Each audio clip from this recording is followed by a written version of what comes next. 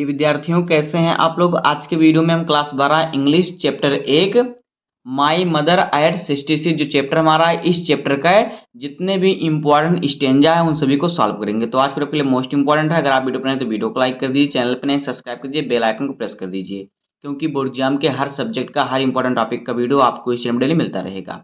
तो देखिए, इस चैप्टर को हमने अच्छे तरीके से पढ़ लिया है, इसका सेंट्रल आइडिया भी हम पढ़ चुके हैं। अब हम क्या करेंगे, इसमें जो जितने भी स्टेंजा दिए हुए हैं एनसीईआरटी बुक में उसको हम सॉल्व करेंगे। तो यहाँ पे देखिए, हमें स्टेंजा में 2 स्टेंजा दिया जो कि बहुत ही इंपॉर्टेंट है, जो कि हमारे बोर्ड एग्जाम में लगातार पूछे जाते हैं। तो इन दोनों को आज फिर हम सॉल्व करेंगे। तो देखिए क्या है, पहला है कि read the stanza give below and answer the question that follow. यानी कि आपको करना है, स्टेंजा को पढ़ना है और उसके बाद इस पर आधारित आपको 3 क्वेश्चन दिए जाएंगे, तीनों क्वेश्चनों का आंसर आपको लिखना है। तो देखिए, पहले हम स्टेंजा को पढ़ते हैं, उस पर इस पर आधारित प्रश्नों का उत्तर हम समझेंगे।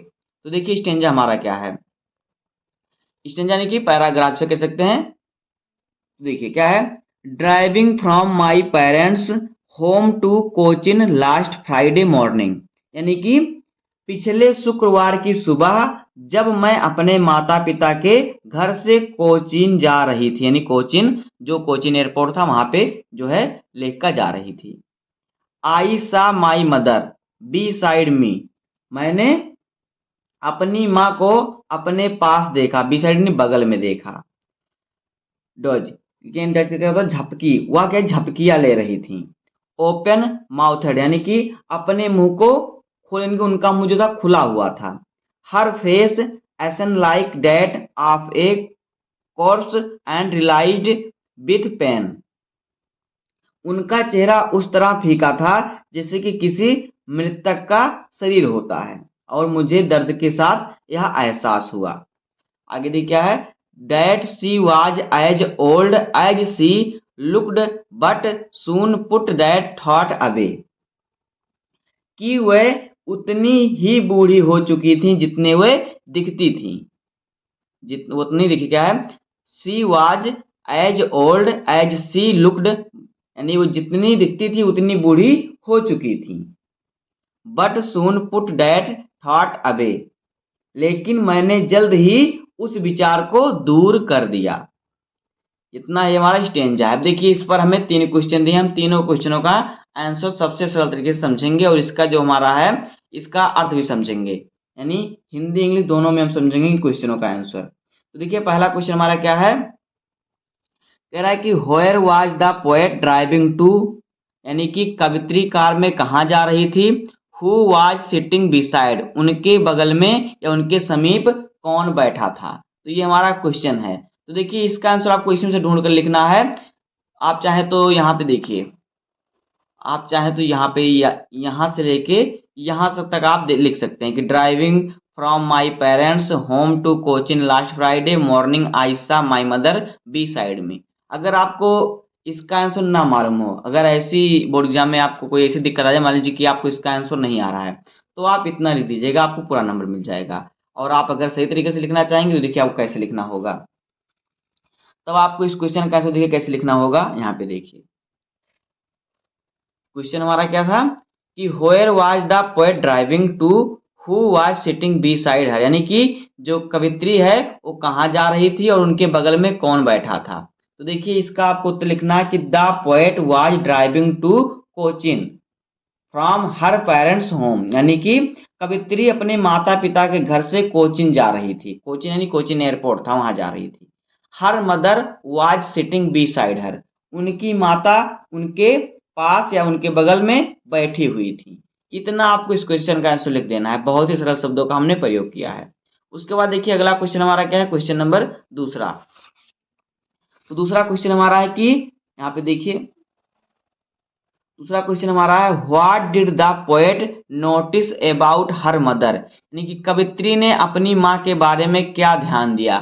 नोटिस का अर्थ था ध्यान दिया, तो कवित्री ने अपनी माँ के बारे में क्या ध्यान दिया। देखिए इसका आंसर आपको क्या लिखना है, देखिए इसका आंसर आपको क्या लिखना है। यहाँ पे देखिए what did the poet notice about her mother, यानी कि कवित्री ने अपनी माता के बारे में क्या ध्यान दिया, यानी अपनी माता में क्या नोटिस किया, क्या ध्यान दिया। तो देखिए आपको इसका आंसर कैसे लिखना है। देखिए, the poet noticed that her mother was dozing with her mouth open and her face looked pale and lifeless like a corpse corpse. देखिए, यानी कवित्री ने देखा कि उनकी माँ क्या है, क्या कर रही है, देखिए ऊँग रही हैं। एक होता है ना ऊँगना, तो मतलब किसी की झपकियाँ ले रही हैं। टचिंग करता था, झपकियाँ ले, तो उनकी माँ झपकियाँ ले रही हैं और उनका देखिए हर माउथ ओपन, उनका मुंह खुला हुआ था। And her face looked pale and lifeless like A corps, उनका जो चेहरा था पीला था और निर्जीवनी की मृतक की तरह लग रहा था, जैसे कि किसी का शव पड़ा हुआ हो, जैसे मृत शरीर पड़ा हुआ हो। इतना आपको लिख देना इस क्वेश्चन का आंसर। उसके बाद देखिए तीसरा क्वेश्चन हमारा क्या है। तीसरा क्वेश्चन है why has the face of her mother been compared to a corpse, यानी कि उसकी माँ के चेहरे की तुलना एक शव से क्यों की गई। यानी जो कवित्री हैं उनकी माँ की तुलना एक शव से क्यों की गई। तो देखिए इसका आंसर आपको क्या लिखना है कि उनकी माँ के चेहरे की तुलना एक शव से क्यों की गई। तो देखिए हमारा क्वेश्चन है, यहाँ पे देखिए क्वेश्चन हमारा क्या है। क्वेश्चन है why has the face of her mother been compared to a corpse, यानी कि उनकी माँ की जो मतलब कि जो उनकी माँ का जो कंपेयर है एक शव के साथ क्यों किया गया, कहने का मतलब। इसका उत्तर आपको लिखना है her mother's face is compared to a corpse because it looked very pale, lifeless and weak, showing the effect of old age। यानी कि her mother's face is compared to a, देखिए यहाँ पे देखिए जो लिखा है यहाँ पे कॉर्प्स, कॉर्प्स का अर्थ क्या होता है, शव की तरह, यानी कि मृतक की तरह। तो उसकी माँ के चेहरे की तुलना शव से की गई बिकॉज, क्योंकि इट लुक्ड वेरी पेल, यानी कि उनका जो चेहरा था बहुत अधिक क्या पीला हुआ गया था, लाइफलेस निर्जीव की तरह जिसमें जीवन ना हो, एंड वीक और कमजोर लग रही थी, showing the effect of old as, जो बुढ़ापे के प्रभाव को दर्शाता है। इतना आपको लिख देना है इस क्वेश्चन का आंसर। तो ये हमारा जो है स्टेंजा पहला हमारा समाप्त हो जाएगा। उसके बाद देखिए दूसरा स्टेंजा हमारा क्या है, पहले इसको हम ध्यान से पढ़ते हैं, उसके बाद हम इसके क्वेश्चनों को भी सॉल्व करेंगे।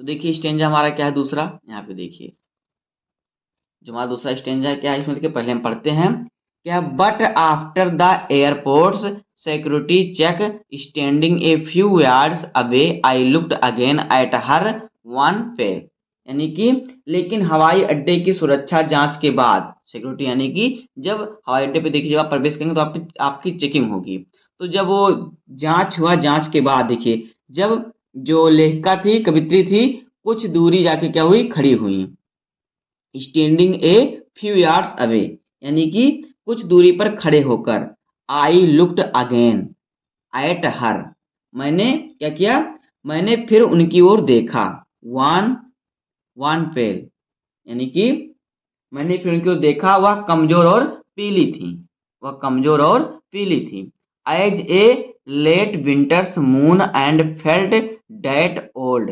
फैमिलियर एच, यानी कि जैसे कि सर्दियों के अंत का चांद जो होता है, सर्दियों के अंत का चांद जो होता है उस तरह से वो दिख रही थी, जैसे कि सर्दियों के अंत का चांद, और मुझे वही पुराना परिवर्तन दर्द महसूस हुआ, ओल्ड दर्द, जो पुराना दर्द था वही महसूस हुआ।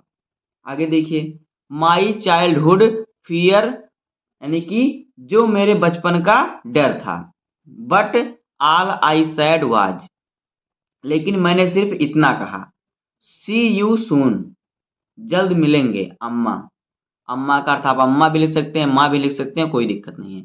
All I did was smile and smile and smile, और बस मुस्कुराती रही, मुस्कुराती रही और मुस्कुराती रही। तो ये हमारा स्टेंजा है। अब देखिए इस प्रांत में 3 क्वेश्चन दिए, इन क्वेश्चनों का आंसर भी हम समझ लेते हैं। तो बस इतने ही इसमें इंपॉर्टेंट स्टेंजा है, इससे बाहर इसमें कुछ नहीं पूछता। तो देखिए हम इसका भी क्वेश्चन का आंसर लिख लेते हैं। तो पहला क्वेश्चन क्या है, पहला क्वेश्चन है why has the poet's mother been compared to the late winter's moon, यानी कि कवित्री की माँ की शिशिर यानी शीत ऋतु यानी सर्दी की ऋतु के चंद्रमा से क्यों तुलना की गई है। तो इसका देखिए आपको आंसर लिखना कि जो कवित्री थी उनकी माँ की तुलना जो है जो सर्दियों की चंद्रमा है उनसे क्यों की गई। तो देखिए इसका उत्तर आपको कैसे लिखना है, बहुत ही सरल तरीके से आपको मैं इसका उत्तर बताऊंगा। देखिए आपको लिखना है इसका उत्तर, यहाँ पे देखिए क्वेश्चन हमारा क्या है कि why has the poet's mother's been compare to the late winter's moon, यानी कि जो सर्दियों की चांद होती है उनकी तुलना जो पोएट की मां उनसे क्यों की गई। तो देखिए इसका आंसर आपको कैसे लिखना है। इसका आंसर आपको लिखना है the poet's compare her mother to the late winter's moon, यानी कि कवित्री ने अपनी मां की तुलना सर्दी ऋतु के चांद से की। बिकॉज क्योंकि इट लुक्स पेल, यानी क्योंकि वो पीली दिख रही थी, डल एंड लाइफलेस, यानी कि फीका और निर्जीव लग रही थी।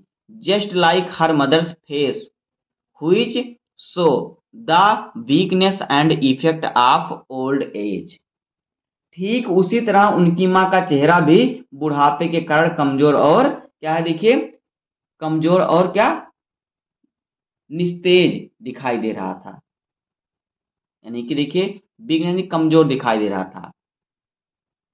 कमजोर देखिए इफेक्ट मतलब उसका प्रभाव दिखाई दे रहा था, कमजोर और निस्तेज दिखाई दे रहा था। तो इतना आपको इस क्वेश्चन का आंसर लिखना है।